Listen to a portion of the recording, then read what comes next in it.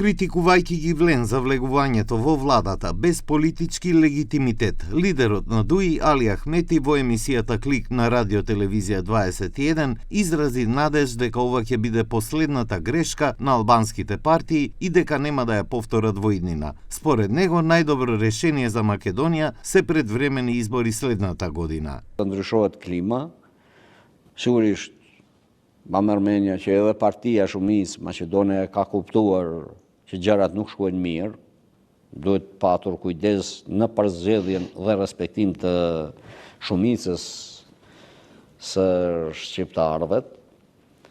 Dhe zgjidhja më e mirë do ishte zgjedhjet e parakoshme, nesër me u mbajt.